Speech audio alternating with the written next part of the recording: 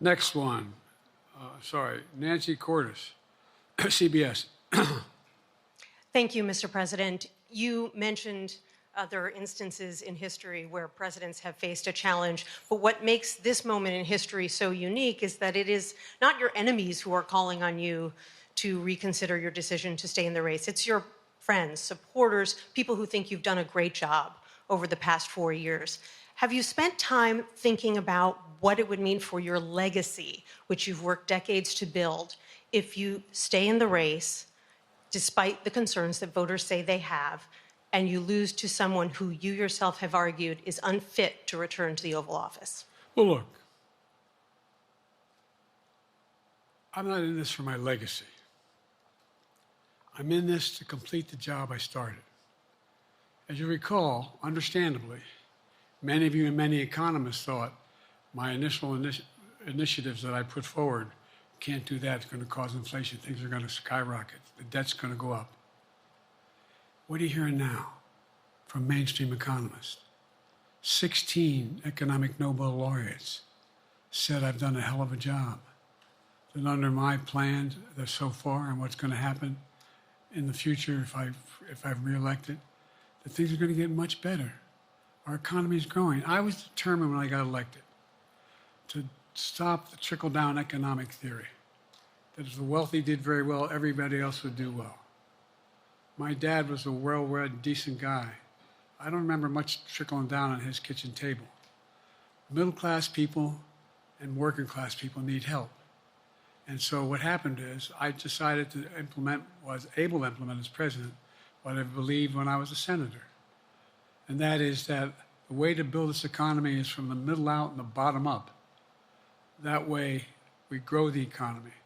And the wealthy still do very well. They do fine. And guess what? Find me an economist, a mainstream economist who said we haven't done well. What have we not done that isn't working right now? And so we got more to do, though. We got to finish the job. And by the way, I come from the corporate state of the world. Delaware has more corporations registered in Delaware than every other state in the nation combined. I'm not anti-corporate, but corporate profits have doubled since the pandemic, doubled. It's time things get back in order a little bit. It's time, for example, if I'm reelected, we're going to make sure that rents are kept at 5% increase, corporate rents for apartments and the like and homes are limited to 5%. We're going to make a lot of changes that I've been talking about because we're going to continue to grow this economy. And by the way, remember how I got so roundly criticized for being so pro-union, not labor, union. Well, guess what? I've been the most pro-union labor president in history. Not a joke. And guess what? We had the Treasury Department do a study. When unions do better, everybody does better. Everybody does better. And we talk about how, for example, remember when we talked about getting the computer chip industry back in the United States? Used to be 40% of the industry. We invented the chip. 40% of the industry was in the United States.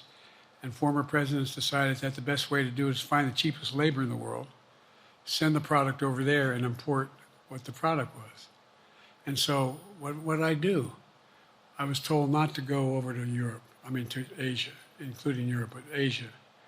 And I remember going to South Korea, convincing them to invest $20 billion in the United States to build computer chip factories. And I asked why when they finally decided to do it. And the answer was because you have the safest economy in the world and you have the best workers in the world. So the whole idea here is we've invested, there's over $50 billion in investment in computer chip manufacturing just coming in the bean. None of you thought that would happen. None of you thought that would happen. But it's happening. It's happening. And it's going to grow economies all through. And by the way, red states and blue states. Matter of fact, there's as much in red states as in blue states. I've made no distinction. So my generic point is that the idea that we can't continue to build and grow the economy, make it fairer. And like I said, from my standpoint, when the middle class does well, that's when the whole economy grows. The poor have a shot, the wealthy do well. But the wealthy got to start paying their taxes.